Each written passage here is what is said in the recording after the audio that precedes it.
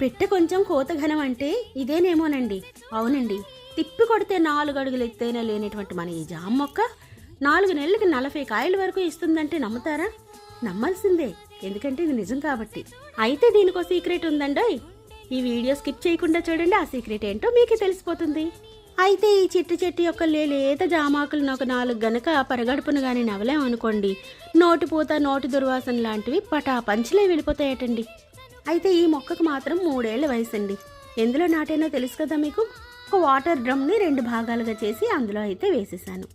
Rich calcium ఉన్నటువంటి ఈ జాంకాయల్ని sugar ఉన్న వాళ్ళు కూడా హ్యాపీగా తినేయొచ్చండి. అక్కడక్కడ ఈ పండుటాకులు ఎండుటాకులు ఉంటే చూసినప్పుడంతా ఇలా తీసేస్తూ ఉంటానన్నమాట. ఇంత చక్కటి ఈల్డ్కి సీక్రెట్ ఏంటో చెప్పనా? ఫ్రూట్ ఫర్మెంటెడ్ జ్యూస్ అండి. వజ్రాయుధం అని చెప్పొచ్చు.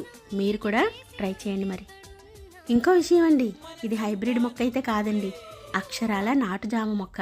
ఈ వీడియో మీకు యూజ్ అయింది అనుకుంటాను. నెక్స్ట్ వీడియోలో మళ్ళీ కలుద్దాం. ఉంటాను మరి. Happy gardening.